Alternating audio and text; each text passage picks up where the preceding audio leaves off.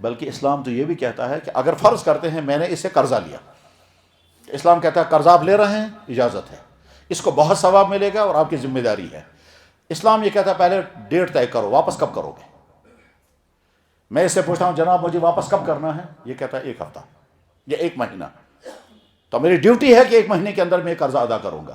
دوسری شکل یہ کہتا ہے جب آپ کو گنجائش ہوگی تب دے دینا، تو یا یہ کہے گا یا یہ کہے گا، ٹھیک ہے 1 ہفتہ ہونے والا تھا میں پیمنٹ نہیں کر سکتا، اور اگلے میری یا 1 مہینہ ہونے والا تھا میں پیمنٹ نہیں کر سکتا، تو 1 دن پہلے مجھے اس کے پاس جانا ہے اور جا کے درخواست کرنی ہے، کل مجھے پیمنٹ کرنی تھی، میرے پاس گنجائش نہیں ہے، آپ مجھے مہلت دے دو، تو مہلت اسے مانگنی ہے۔ اگر اس نے کہا میں کوئی مہلت نہیں دے سکتا، تو اسلام مجھے کہتا ہے گھر کی کوئی چیز بیچو اور قرضہ ادا کرو، اور اگر یہ مجھے مہلت دیتا ہے تو اسلام اس کو بہت انعام دے گا کہ تم نے مہلت دے دی اسے۔ اس کی بخاری میں حدیث ہے من انذر معسرا، کہ جو آدمی قرضہ ادا نہیں کر پا رہا ہے تم نے اس کو مہلت دے دی، تم نے اسے ڈیل دے دی، کوئی حرج نہیں 1 ہفتے کے بعد، لیکن ٹائم گزرنے سے پہلے 1 دن پہلے مجھے ان کے پاس جا کر کے کہنا ہوگا مجھے اور مہلت دے دو۔ یا اگر کہتا نہیں صاحب میں مہلت نہیں دے سکتا، اس نے یہ جو کہا میں مہلت نہیں دے سکتا یہ ظلم تو نہیں ہے؟ جواب نہیں، ظلم نہیں، اس کا حق ہے۔ اب جب یہ مہلت مجھے نہیں دے رہا ہے تو مجھے کیا کرنا ہے کہ مجھے ادھر سے میرے پاس پیمنٹ کے لیے گنجائش نہیں ہے، تو مجھے گھر کی کوئی چیز بیچنی اور قرضہ ادا کرنا ہے۔ بخاری میں حدیث ہے جناب رسول اللہ صلی اللہ علیہ وسلم اپنے مبارک حجرے میں ہیں اور مسجد میں شور ہو گیا، مسجد میں شور ہو گیا، آپ نے پردہ مبارک ہٹایا، مسجد میں کیا دلیل؟ مسجد میں شور ہو رہا تھا، آپ نے پردہ ہٹا کر کے دیکھا ایک صحابی نے دوسرے کو یہاں سے پکڑا ہے، ایک صحابی نے دوسرے کو یہاں سے پکڑا، جس صحابی نے پکڑا اس کا نام ہے کعب بن مالک، اور دوسرے صحابی کا نام مجھے یاد نہیں ہے یا وہاں حدیث میں نہیں ہے، کعب بن مالک۔ تو اللہ کے نبی نے فرمایا ماذا یا کعب، کعب یہ کیا دلیل، کعب یہ کیا بات ہے، تم نے کیوں اس کو پکڑ رکھا ہے؟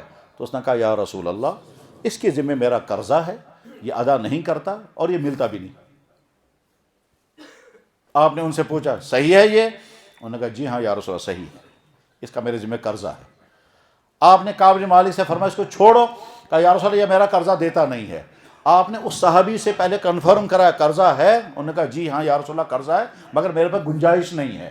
آپ نے کعب بن مالک کو فرمایا ذا شطرک، آدھا قرضہ معاف کر دو۔ انہوں نے کہا یا رسول اللہ آپ نے فرمایا میں نے آدھا قرضہ معاف کر دیا۔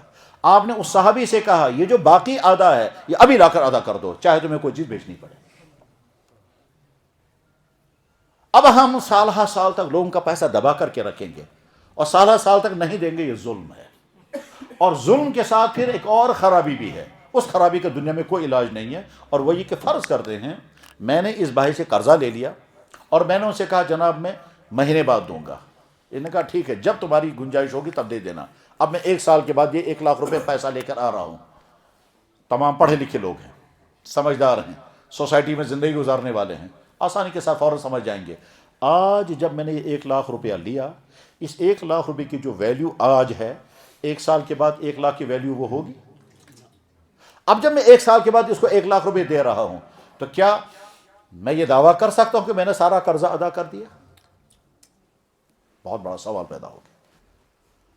اگر ہم کہیں گے پورا قرضہ ادا ہو گیا کیونکہ نوٹ برابر ہے، نوٹ تو واقعی برابر ہے، نوٹ ہے برابر، اور اگر ہم کہیں گے قرضہ پورا ادا نہیں ہوا کیونکہ ویلیو گھٹ گئی ہے، سارے لوگ جانتے ہیں پچھلے سال انہی دنوں میں 1 پاؤنڈ 50 یا 60 ہزار روپے کا تھا، آج کتنا ہے؟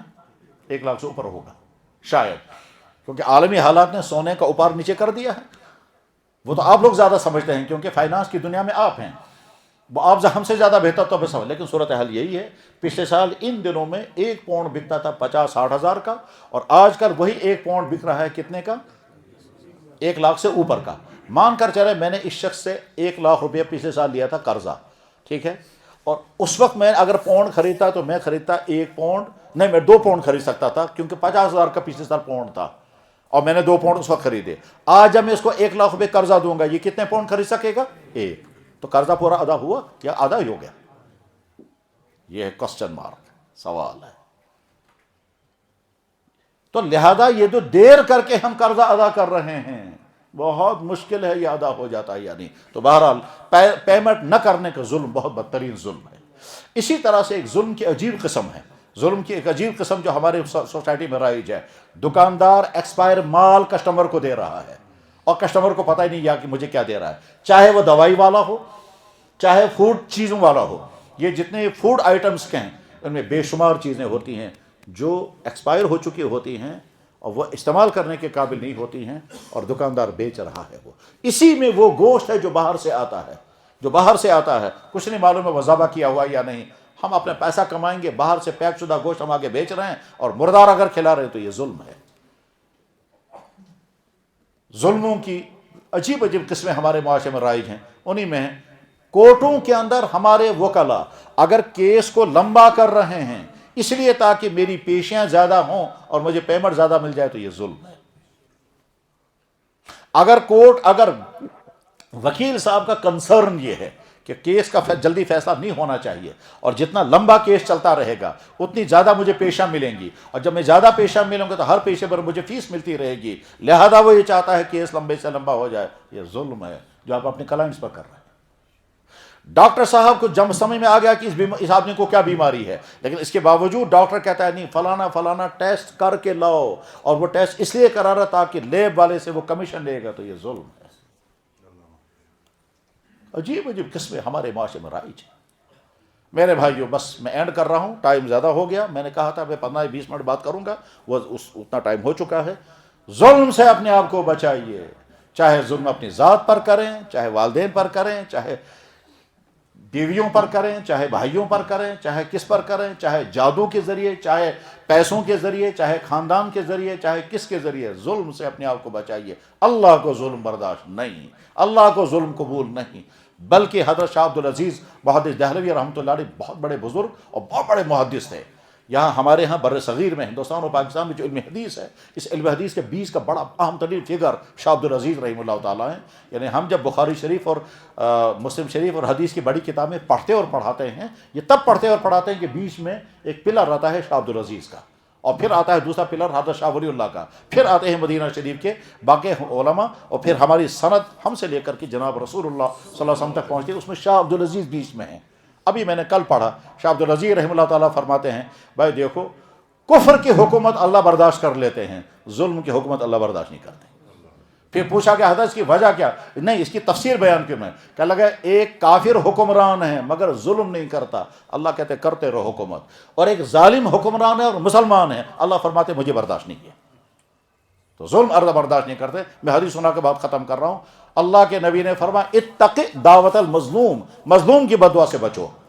ہم آفس میں گئے، وہاں ملازم، وہاں افسر ہمارا کام ہی نہیں کر رہا جب تک یہ نہیں دیں گے، یا کام لٹکا رہا ہے، یا قانون کے ذریعے سے ہم کو پریشان سے پریشان کر رہا ہے۔ دفتروں میں کیا کیا ہوتا ہے سارے لوگ جانتے ہیں، اور بعد میں لوگ کہتے ہیں خدایا یہ کو دفتر اور رجسٹر محفوظ۔